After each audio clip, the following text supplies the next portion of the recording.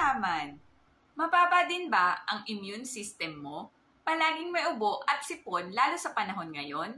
Pero bago yan, ako nga po pala si Nurse Sandy, ang inyong nurse sa kidneys. 13 taon na akong dialysis nurse. At sa aking experience, sa mga ganitong panahon, mataas ang bilang ng mga may sakit. Konting story time muna. Bilang isang OFW dito sa Middle East, libre sa amin ang lahat ng kailangang bakuna. Kasama na ang flu vaccine. Bago mag-winter, may mga campaign na ang ospital na hinihikayat ang lahat upang magpabakuna. At nang maiwasan ang pagkakaroon ng flu, taon-taon ay nagpa-participate talaga ako riyan.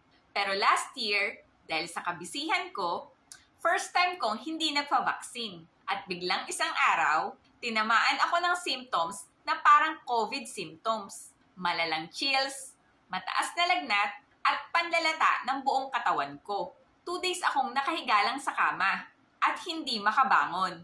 Bilang OFW na mag-isa, napakahirap ng ganitong sitwasyon.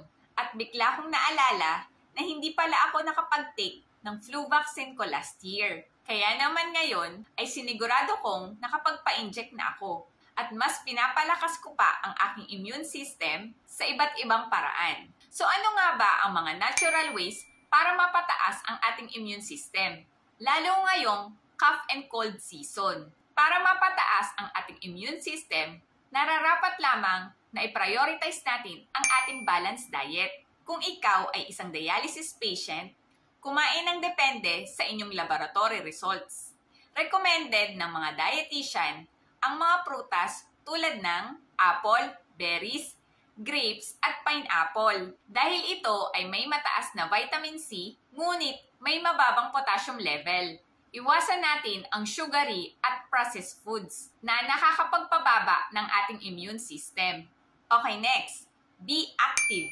Ang pag-eehersisyo 15 to 20 minutes araw-araw ay sapat na upang mapataas ang ating immune system dahil ang ating katawan ay nagsisirculate ng mas mabilis upang makadetect at makalaban sa anumang sakit. Sumunod, upang mapalakas ang ating immune system, stay hydrated. Ang pag-inom ng sapat na tubig ay napakahalaga upang ma-flush ang toxic waste sa ating katawan. 8 to 10 glasses of water ang recommended ng mga doktor. Kung ikaw naman ay nagdadialysis, limited to 1 liter per day lamang. Dahil nga sira na ang inyong mga bato, tumataas ang toxic products sa inyong katawan, kaya bumababa ang inyong immune system.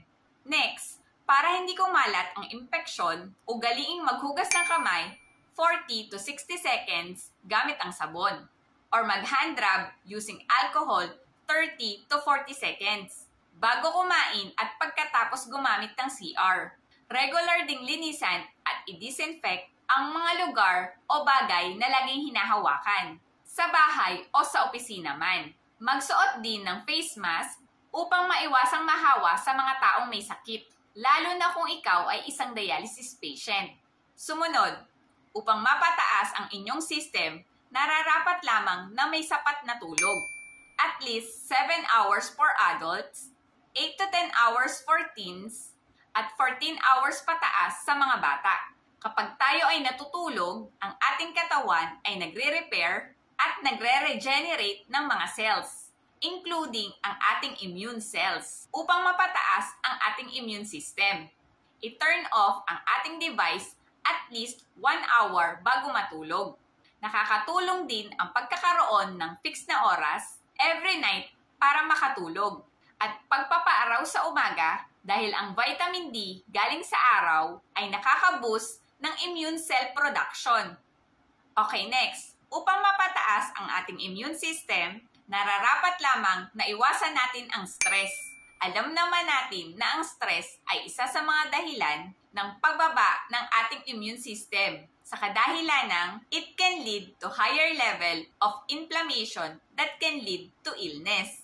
Maaari kang mag-meditate, mag-deep breathing, at mag-engage sa mga hobbies na iyong kinahihiligan sa oras na makakaramdam ka ng stress. Ang pagpapabakuna ng influenza, pneumonia, at hepatitis vaccine ay nakakatulong din sa pagpapataas ng ating immune system. Tumutulong ang mga bakuna sa ating katawan upang itigil ang impeksyon bago pa ito magsimula. Tinutulungan din ng mga bakuna ang ating katawan upang ang mga sakit ay hindi na lumala at mauwi sa mga komplikasyon. Kaya't nararapat lamang na tayo ay magpabakuna. Iwasan ang paninigarilyo at pag-inom ng alak upang mapalakas natin ang ating immune system.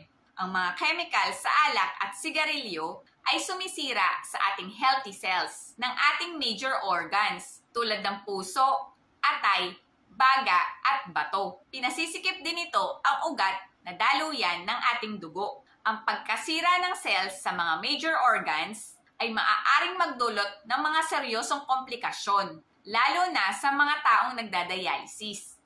Dahil naniniwala ako na napakahalaga na mapalakas natin ang ating immune system dahil ito ang unang depensa ng ating katawan laban sa mga sakit. Dahil ang kalaban natin dito ay ang mga seryosong komplikasyon na maaari nating maranasan kapag mahina ang ating immune system. Kaya kung isa ka ring health advocate, join me in our group, Usapang Healthy and Wealthy PH. Doon ay magsama-sama tayong magbahagi ng ating mga mumuntik na nalalaman kung paano alagaan ang ating kalusugan para sa ikauunlad ng ating pamumuhay.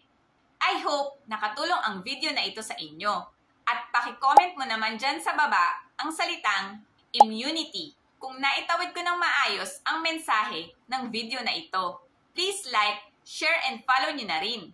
Please follow nyo na rin po ako sa aking YouTube channel, Sandy Madeline Cruz, dahil nagpo-post din po ako doon ng mga videos kung paano alagaan ang ating kalusugan para sa ikauunlad ng ating pamumuhay. Ayun lamang po muna, hanggang dito na lang.